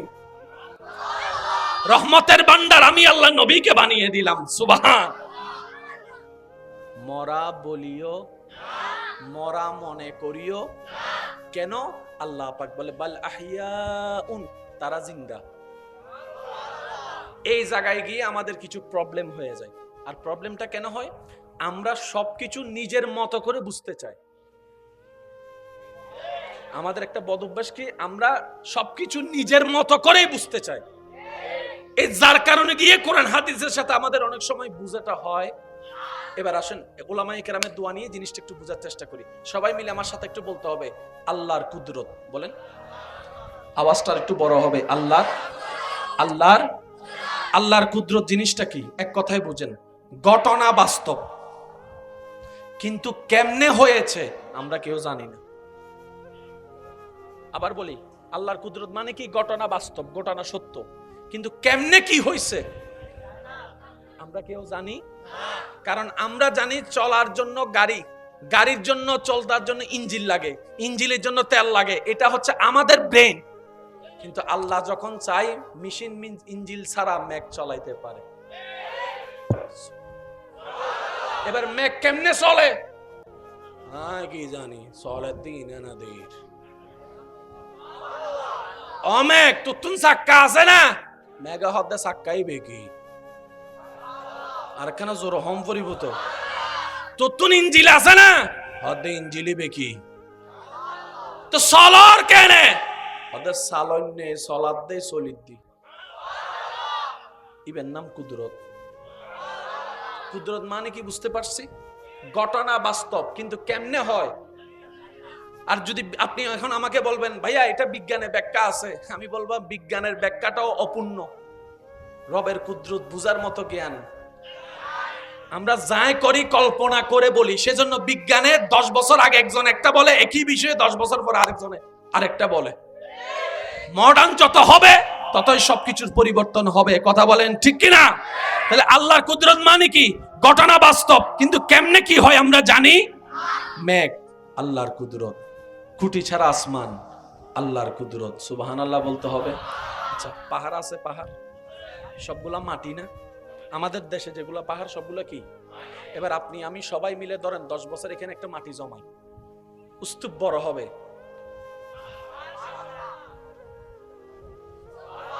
আমি কি বুঝাতে পারছি কথা? মাটি জমাইতে পারবো। এখানে যদি একটা ঘর বানাই, সব মাটি তুলে এক জায়গায় রাখবো না, দেখতে পাহাড়ের মতো লাগবে। পাহাড় আল্লাহর কুদরত, সাগর আল্লাহর কুদরত। সাগরের মধ্যে ডেম আছে না? প্রত্যেকটা ডেমের মাঝখানে দেখবেন 3 সেকেন্ড 4 সেকেন্ডের একটা বিরতি থাকে। পানি ওখানে বরাবর বরাবর বরাবর বরাবর বরাবর ফারে আসার আগে automatic automatic automatic automatic automatic একজন ডুব মারি সাত দেন। অন্য মেশিন টিশিন আছে নি চাই মেশিন মেশিন দেওয়াল কিরে ডেও তুই আর কেনে আর একটু জোরে বলি, এটা কি? টিস্যু। বলেন এটা কি? এটা দিয়ে একটা কাজ আছে, বললাম। এটা কি? টিস্যু। টুরো টুরো ওই সিডিংয়ে মানুষ না মাথে ইয়েন কি সাইয়েন দি কি করিবেন গরন আর বদ্দারে দিন হাত দিন দি কি করিবেন গরন তুই গরগো কি করিবি আমি কি করতাম ইয়েন দিয়ে কোন কাজ হবে? জোরে বলেন না, কোন কাজ হবে? এক বিন্দু পানি দিয়ে, এক বিন্দু সিমেন্ট দিয়ে দালান করা যাবে? আওয়াজটা বড় লাগবে। দালান করা যাবে, ইট জোড়া লাগানো যাবে, এক টুকরো আপনার লোহা দিয়ে বিল্ডিং তোলা যাবে? আরো জোরে বলেন যাবে? এক ফোঁটা দুধ দিয়ে আপনার দুধের সেমাই রান্না করা যাবে? অসম্ভব, অসম্ভব, অসম্ভব। কিন্তু সেই এক ফোঁটার প্রতি যখন রব্বুল আলামিনের নজর পড়ে যায়, খুলিকা মিম্মা ইনদাফিক ইয়াখরুজু মিন বাইনিস সুলবি ওয়াত তারাইব, আমি আমার বাবার থেকে মায়ের পেটে গেলাম এক ফোঁটা পানি হয়ে, আপনি আপনার বাবার থেকে মায়ের পেটে গেলেন এক ফোঁটা পানি থেকে। ওই পানি থেকে আল্লাহ তাআলা আমাদের বডি বানাই দিল। সুবহানাল্লাহ বলতে থাকেন, সুবহানাল্লাহ, সুবহানাল্লাহ। ওই এক ফোঁটা পানি থেকে মাথা হয়ে গেল, চোখ হয়ে গেল, নাক হয়ে গেল, জিহ্বা হয়ে গেল, ঠোঁট হয়ে গেল, দাঁত হয়ে গেল, বুক হয়ে গেল, কোমর হয়ে গেল, হাঁটু হয়ে গেল, পা হয়ে গেল। ওই এক ফোঁটা পানি থেকে মানবের পুরা শরীর হয়ে গেল। জগৎ বলে এক ফোঁটা পানি থেকে কিভাবে হয়? রব বলে এটাই তো আমার কুদরত। কুদরত মানে কি? সত্য। ইনারা পাইতো মনো ওই আল্লাহর হাজারটা কুদরতের একটা কুদরত হচ্ছে শহীদদেরকে জিন্দা রাখা। আরেকটু আস্তে। তো এই জায়গায় জিন্দা শব্দটা আমাদের বুঝে আসে না কেন? আমরা জিন্দা মানি মনে করি অক্সিজেন লাগবে তো জিন্দে ও মাইবে গিরে ডরাই গে আয় কি আচ্ছা ডরন গোবম মারে দৌড়ত ডর লাগে টিওয়া হঠাৎ করে হ্যাঁ দিবি কি আসিদা বেড়াটারে কামুকু সাম্মদি আল্লাহ কবুল করক।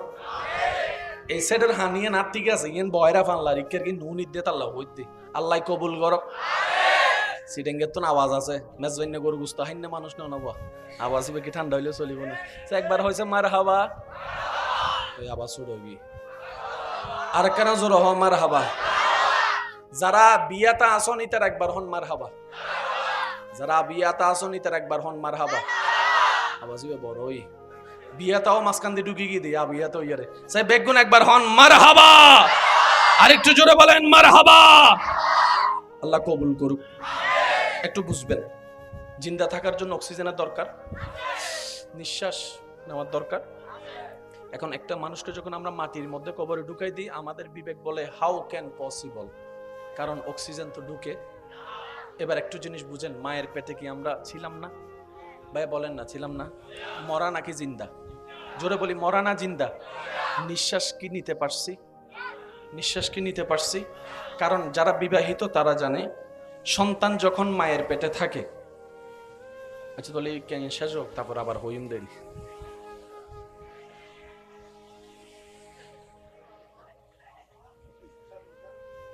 মশার নানা আওয়াজ করেছ একবার দরুদ শরীফ পড়েন আল্লাহুম্মা সাল্লি আলা মাওলানা মুহাম্মদ ওয়া আলা আলি সাইয়্যিদিনা। जग में जब आए मोहम्मद इस्लाम जिंदा हो गए, भूतों ने सब कलमा पढ़ा, काफिर मुसलमान हो गए। जग में जब आए মোহাম্মদ ইসলাম আওয়াজটা একটু বড় দিবেন। আমরা এখন মরানা জিন্দা মায়ের পেটে রু জগতে। তো রু জগতে কেমনে জিন্দা ছিলাম? আল্লাহর কুদরত। মায়ের পেটে আমরা কেমনে জিন্দা ছিলাম?